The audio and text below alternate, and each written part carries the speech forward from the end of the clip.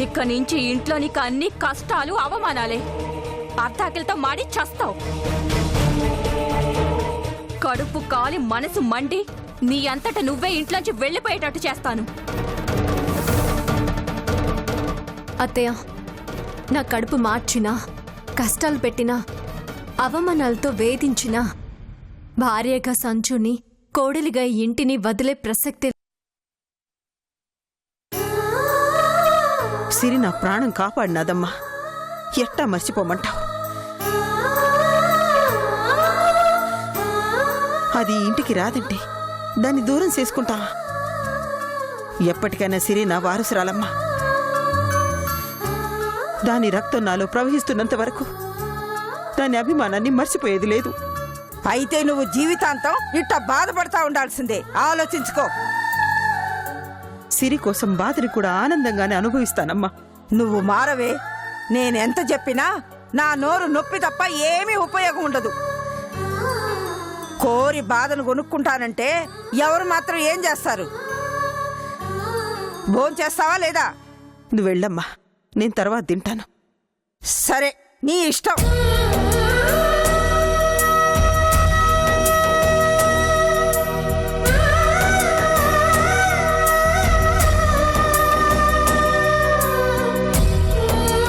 చెల్లెమ్మేదమ్మా? సిరి గురించి ఆలోచిస్తా బాధపడతా ఉండాది. ఆకలిగా లేదంట మనల్ని తినమంటా ఉండాది. నువ్వు వడ్డించు.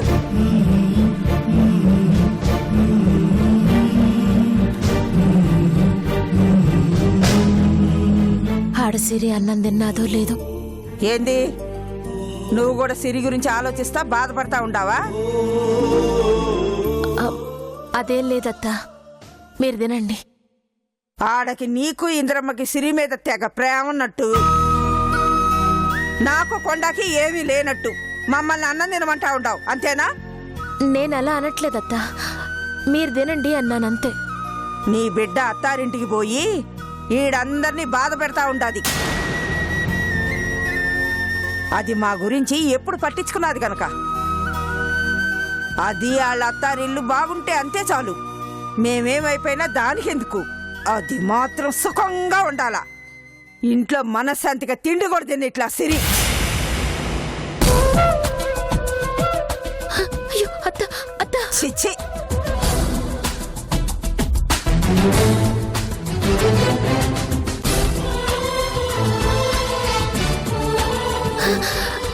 నువ్వు కూడా ఏందయ్యా? సిరి అక్కడ ఎట్టా ఉండదో ఏంటో.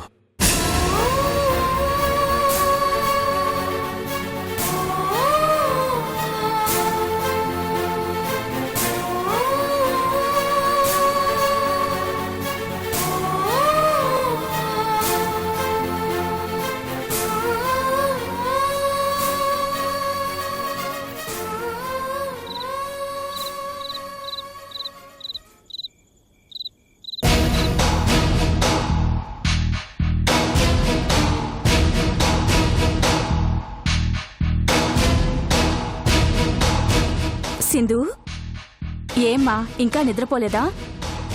నిద్ర పట్టడం లేదా ఆంటీ? ఏమ్మా? బావతో నా ఎంగేజ్మెంట్ జరుగుతుంది కదా అని చాలా హ్యాపీగా ఉన్నాను. ఇంతలో సిరి వచ్చి మొత్తం డిస్టర్బ్ చేసేసింది. బాగా అప్సెట్ అయ్యాను. నాకు అలానే ఉంది సింధు. ఆంటీ, సిరి ఇంట్లో ఉండటానికి వీల్లేదు. ఉంటే మా మ్యారేజ్ అవ్వడం ఇంపాసిబుల్. నేను అదే ఆలోచిస్తున్నాను సింధు. తన్ని తరిమేద్దామంటే కోర్టు కేసు అంటుంది. మీకెందుకు? సిరిని మీరు ఇంట్లో నుంచి తరిమేయండి. కేసు పెడితే అఫీషియల్ లాయర్ని పెట్టి నేను మీకు బెయిల్ ఇప్పిస్తాను. వద్దులే సింధు, అదేదో గృహహింస చట్టం అంట. బెయిల్ కూడా త్వరగా రాదంట. సిరిని మెడపెట్టి గెంటేసిన సంజయ్యే సిరి ఇంట్లో ఉంటానంటే మౌనంగా ఉన్నాడంటే అర్థం చేసుకో. మరిప్పుడు ఎలా అంటే? బావని నాకు దగ్గర కానీకుండా సిరి మా మధ్యలో అడ్డుగా ఉంటుంది. ఏదో ఒకటి చేయాలి. చేద్దాం సింధు. వెళ్ళిపోమన్నా వెళ్ళిపోకుండా అది ఇంట్లో తిష్ట వేసిందంటే సంజయ్ మనసు మార్చి మళ్ళీ తన బుట్టలో వేసుకోవడానికే. కాబట్టి దాన్ని మనం అడ్డుకోవాలి. అదెలా అంటే? రేపటి నుంచి సంజయ్ పనులన్నీ సిరే దగ్గరుండి చూసుకుంటుంది. ఆ విధంగానైనా సంజయ్కి దగ్గరవ్వొచ్చని. వయ్యారాలు ప్రేమ వలకబోస్తూ చిన్న చిన్నగా వాడి మనసు మార్చి తన వైపు తిప్పుకుంటుంది. సిరి మీద ఎంత కోపం ఉన్నా 24 గంటలు వాడి కళ్ల ముందు తిరుగుతుంటే మనసు మారదా? అందుకని నువ్వొక పని చేయాలి. ఏం చేయాలంటే? రేపటి నుంచి సంజయ్ పనులన్నీ దానికంటే ముందు నువ్వే చేయాలి.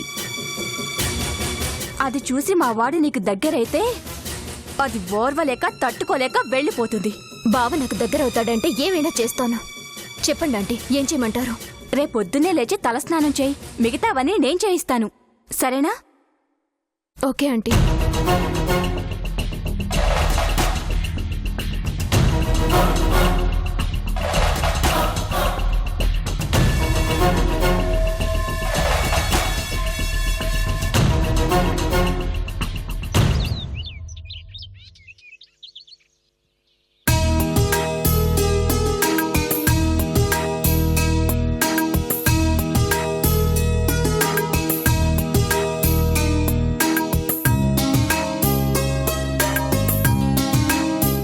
Good morning uncle.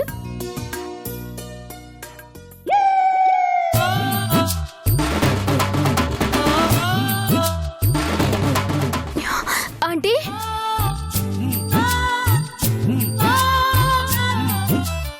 Aunty, aunty. Sindhu, ఏంటి అవతారం? మీరు చెప్పినట్టే తలస్నానం చేశాను. ఇప్పుడేం చేయాలి? తులసి కోట దగ్గర దీపం వెలిగించి ప్రదక్షిణాలు చేయాలి. అలాగే ఆంటీ. ఎక్కడికి సింధు?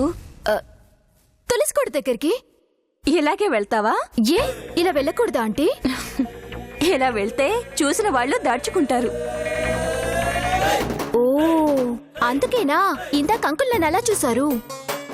ఎలా చూశారు? అదే ఆంటీ, ఏదో చూసి భయపడినట్టుగా. ఈ అవతారంలో చూస్తే భయపడరా మరి? మరే గెటప్ లో వెళ్ళాలి? లక్షణంగా చీర కట్టుకుని, మొహాన బొట్టు పెట్టుకుని, తలకి టవల్ చుట్టుకుని, చేత్తో దీపం పట్టుకుని వెళ్ళాలి. తులసి కోటకి ప్రదక్షిణం చెయ్యాలంటే అంత ప్రిపేర్ అవ్వాలా ఆంటీ? తప్పసిందు, మన సాంప్రదాయం. పద, రెడీ అవుదు గాని.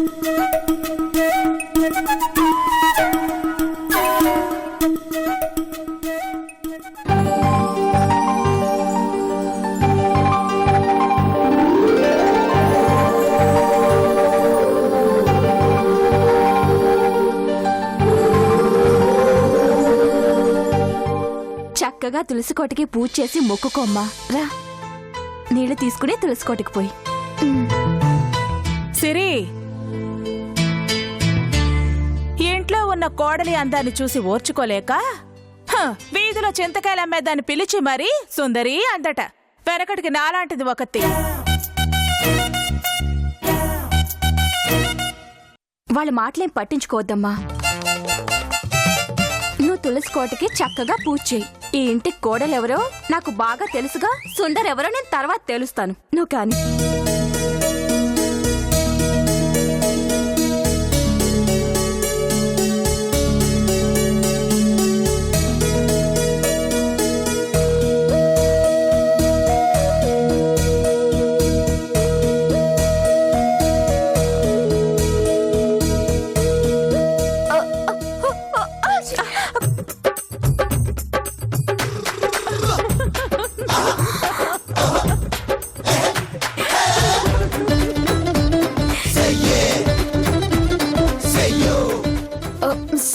సారీ ఆంటీ, చూసుకోలేదు.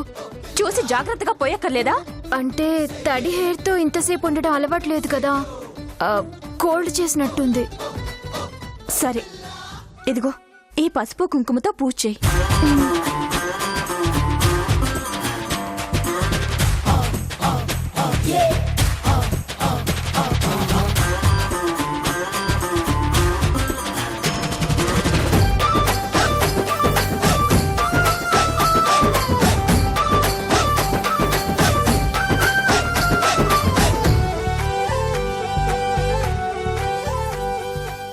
తులసికోట ముందు ఈ దీపం పెట్టిన వాళ్లే ఈ ఇంటికి కోడలవుతారు. ఇది మా ఆచారం.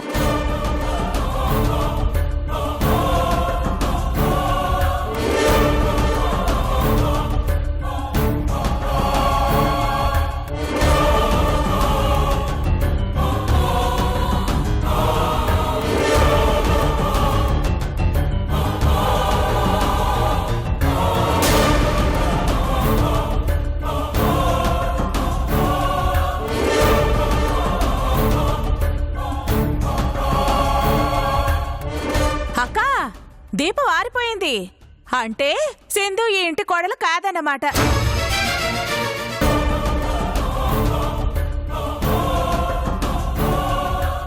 నీ కోడలయ్యే అదృష్టం సిరిదే అక్క. అది చచ్చిన నా ఇంటి కోడలు కాలేదు. సింధునే నా కోడలు. మరి దీపం ఆరిపోయింది కదక్కా. దీపం వెలిగిస్తేనే ఈ ఇంటి కోడలు. అది మన ఆచారం కదా. గాలికి దీపం ఆరిపోతే పాపం, సింధు మాత్రం ఏం చేస్తుంది? నువ్వు మళ్ళీ దీపం వెలిగించమ్మా.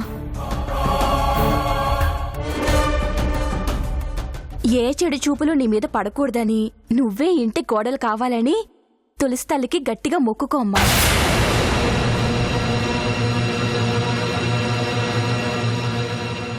దీపం అక్కడ పెట్టి గట్టిగా మొక్కుకో తల్లి.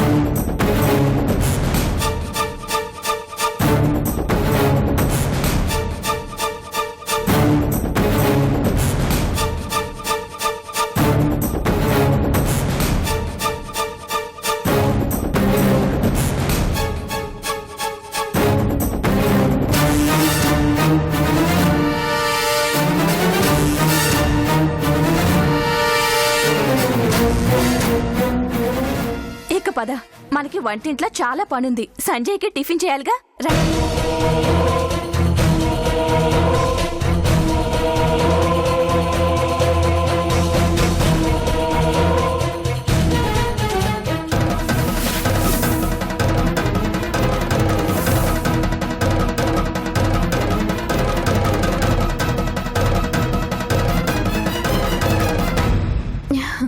ఇప్పుడు ఏం చేయాలంటీ?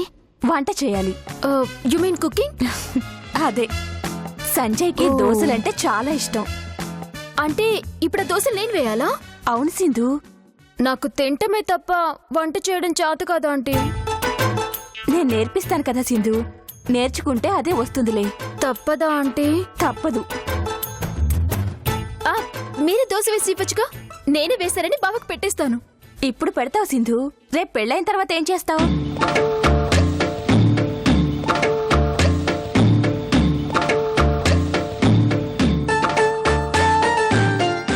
సంజయ్కి ఇష్టమైనవన్నీ భారీగా నువ్వే వండి పెట్టాలి కదా. ఇప్పుడు నేర్చుకున్నావనుకో, రేపే ఇబ్బంది ఉండదు. సరే ఆంటీ, దోశలు ఎలా వేయాలో మీరు నేర్పించండి, చూసి నేర్చుకుంటాను. అలాగే.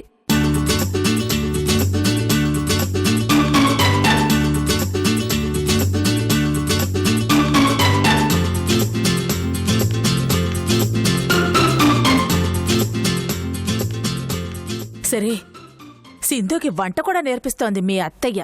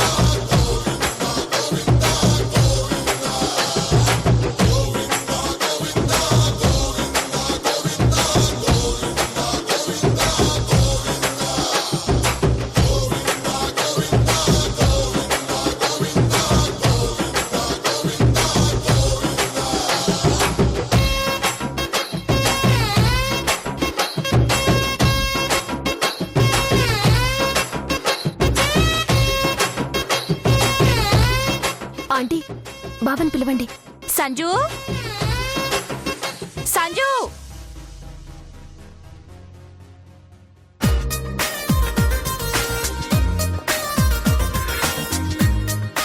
కూర్చోరా, టిఫిన్ చేద్దాం. పిన్ని కూర్చో. సిరిని పిలవలేదేంటి? ఆ తర్వాత తింటుందిలే. ఆంటీ, మీరు కూడా కూర్చోండి.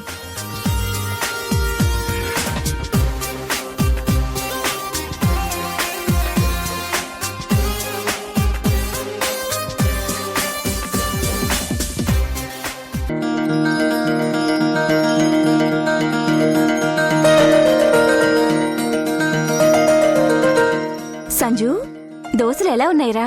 నీ చేత్తో చేస్తే ఏ వంటైనా బానే ఉంటుందమ్మా. ఎందుకమ్మా నవ్వుతున్నావు? దోశలు చేసింది నేను కాదురా, మరి మన సింధు.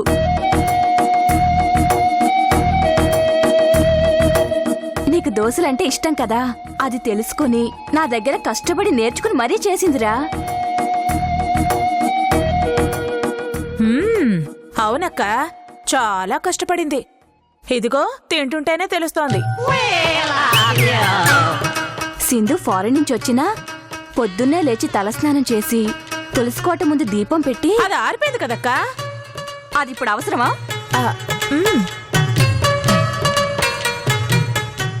శుభ్రంగా శుచిగా వంట చేసింది. ఇక నుంచి ఇంటి పనులన్నీ చక్కబెడుతుంది. నీ పనులు కూడా తానే చూసుకుంటానంది.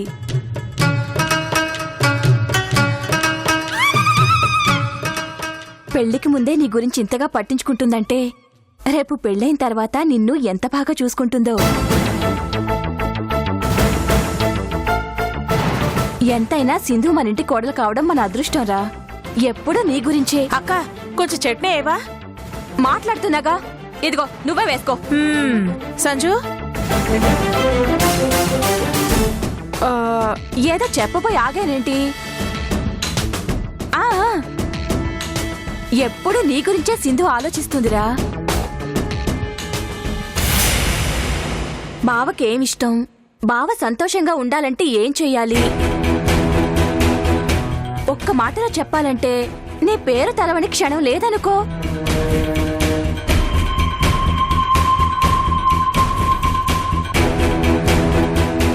ఆ సిరి ఉంది ఎందుకు? నువ్వంటే ప్రేమ, ప్రాణం, చావైన బ్రతుకైన నీతోనే. సంజయ్ని ఇంటిని వదిలి వెళ్ళను అంటూ గొప్ప మాటలు చెప్పింది. ఏది? అది మాటల్లో తప్ప చేతల్లో లేదే.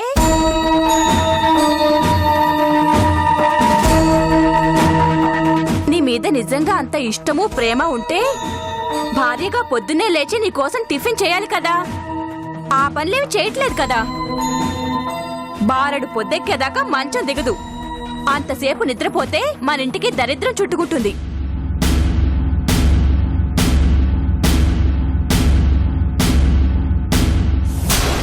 అయినా అదొచ్చింది నీ మనశ్శాంతిని, సంతోషాన్ని పాడు చేయడానికి తప్ప నిన్ను పట్టించుకోవడానికి కాదు. నేను నీ భార్యని, ఈ ఇంటి కోడల్ని అని మాటల్లోనే తప్ప నిజంగా అది దాని మనసులో లేదురా.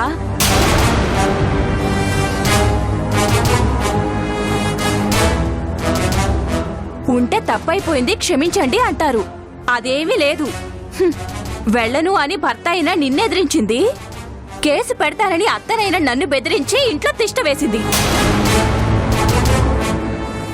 తల బిరుసురా దానికి. పొగరు పట్టి కొట్టుకుంటోంది.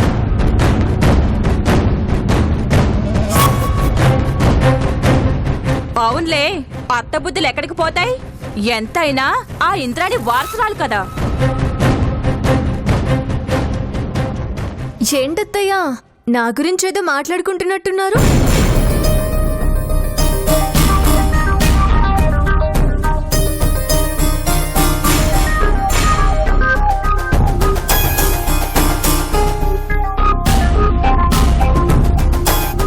Good morning Sanju. ఇప్పుడే చెప్పేది? సిగ్గులేదు? సంజు నాకు ఇప్పుడే కనిపించాడు, ఇప్పుడే చెప్పాను.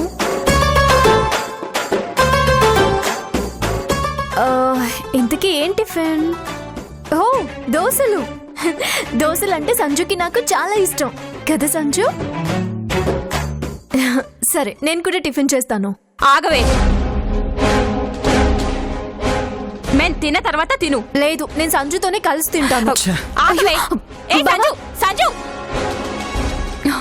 పాపిష్టిదానా, నా కొడుకుని కడుపు నిండా తినకుండా చేసావు. ఈ దరిద్రం ఎప్పుడు వదులుతుందో ఏంటో. సంజు వెళ్ళిపోతే దానికి సిరి ఏం చేస్తుందక్క? ఇది రావడం వల్లే వాడు వెళ్ళిపోయాడు. ఆ ఆకలి బాధ ఏంటో దీనికి కూడా తెలియాలి. సింధు, ఆ దోశలు తీసుకురా. ఆ చట్నీ కూడా తీసుకురా.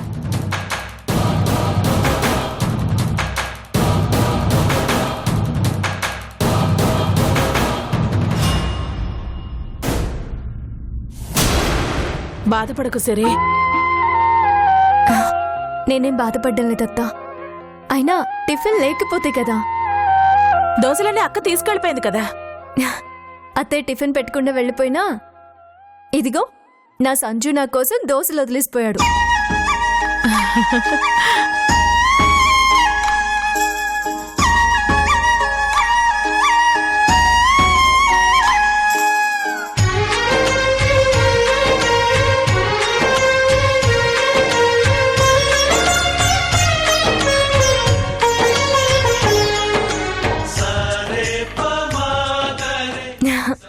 దోశలు చాలా టేస్టీగా ఉన్నాయత్తా. ఎంతైనా సంజు టేస్ట్ చేశాడు కదా.